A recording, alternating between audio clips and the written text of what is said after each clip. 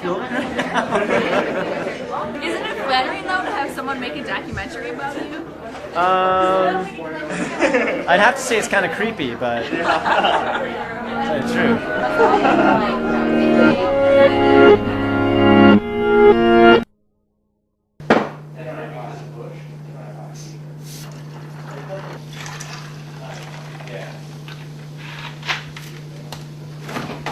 Aaron, what's the status on the gin and tonics? 3 gin and tonics coming up. Oh, thanks, because I fucking suck. You're welcome.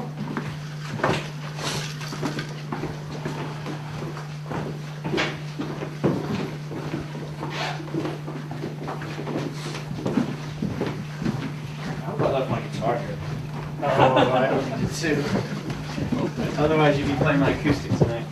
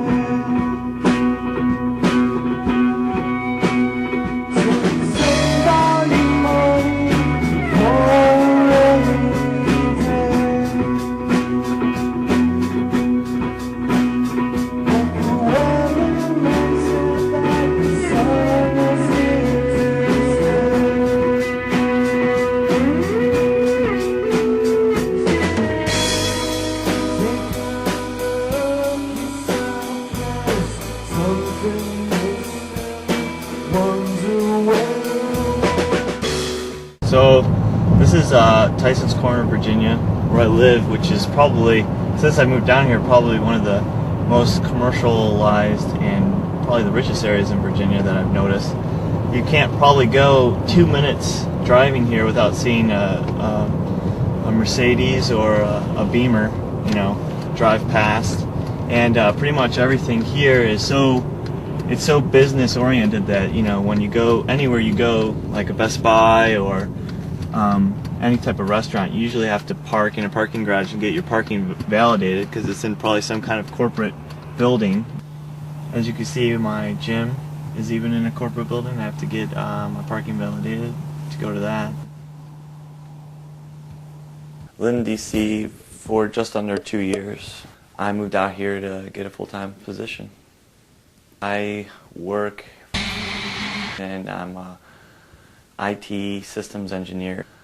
I do a lot of in-house things, but the overall business is to do for that sort of line of work. A lot of like what does. It's originally a UK-based company, but they have a lot of offices in the United States.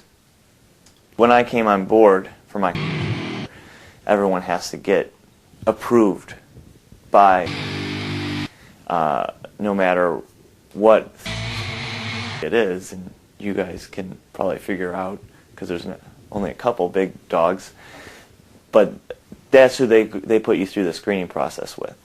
Mine just so happens to be, you know, the one that we had mentioned. So that's why I'm going through that process. And then when they approve you, then you are in essence cleared to go to those facilities and interact with those people and work on projects with them. Because a lot of the material and the stuff that you're surrounded with is classified. I've been playing with Outland for probably about 1.5 years now. I've been in dedicated bands. I've been in 3. When I went off to college my sophomore year, I started a band called Anemo. And when I was in high school, my senior year, I was in Second Nature, and that went on probably for a year. Second Nature was like a mixture between, I would say, like Cold Chamber meets Tool meets, it It was definitely a more hardcore. It was definitely heavy metal music, but it had its rock moments, and it had innovative guitar parts. And that's why I mentioned Tool, because I think that Tool kind of pushes the envelope in terms of heavy metal.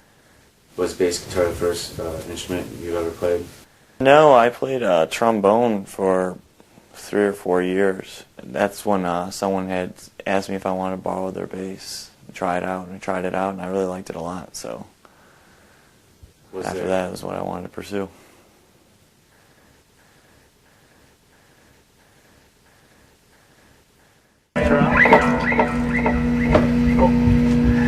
Check. Did you use the Gibson at the show? No. We didn't play bass riff or Ray or something else. But I will use it in this show.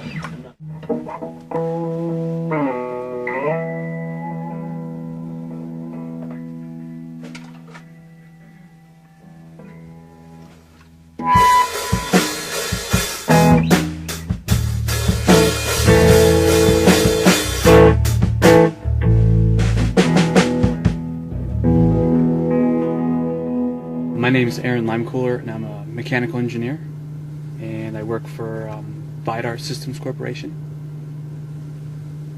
It's out in Herndon, Virginia, which is in the suburbs outside of DC. It's a company that makes X-ray film scanners for hospitals and clinics and stuff like that. So it's a device that you can scan an X-ray and get a digital image of it. So I do all the mechanical design for them. I started playing drums about 4.5 years ago. I pick up influences from everything that I listen to. I really like Fish. I think the drummer from the band Fish is really, really good, and I liked his style. And he was kind of an inspiration for me, in a way. I was listening to a lot of Fish when I decided to start playing drums. I've always been like a drummer since I was like a little kid. I remember it's all I'd listened to, and I'd always play drums with my hands and stuff, and I can do, beatbox with my mouth, things like that. Me and Fidel started Outland. We started playing together 4 years ago, maybe. So it's been quite a while. But we've had lots of different musicians in and out of the band in that time, and we've got a new singer and guitarist that actually just started playing with us at the beginning of this year in January. That's Doug. Yeah, I'm Doug Green. Work at the Inter-American Investment Corporation. I do IT work, network administration. How long have you lived in DC? 4 or 5 months. Where were you from previously? Austin, Texas for 6 years, and then originally from New Jersey. So how do you like DC? It's good. I like it definitely a lot more than Baltimore, which is where I was for about a year before this. It seems like there's a decent little scene here for music. A friend of mine in high school bought a guitar, and then he's like, "You got to buy a bass." I bought a guitar, and then I did, and yeah, it just kind of went from there. One of my favorite singers is Mark Lanigan. I think he's great. Radiohead's one of my favorite bands. But pretty much all over the place. I like some hip hop too.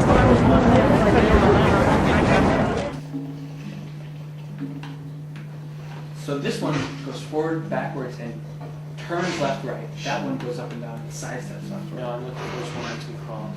Oh, Eric. Oh, Where'd you great. use that from? Fucking sniper rifle. Oh! Yeah! Sniper. Every time Eric talks, I have to readjust my audio levels. Shut up.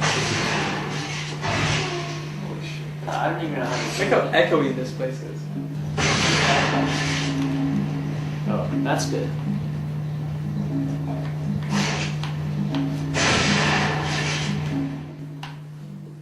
I came to DC right after my last year in college.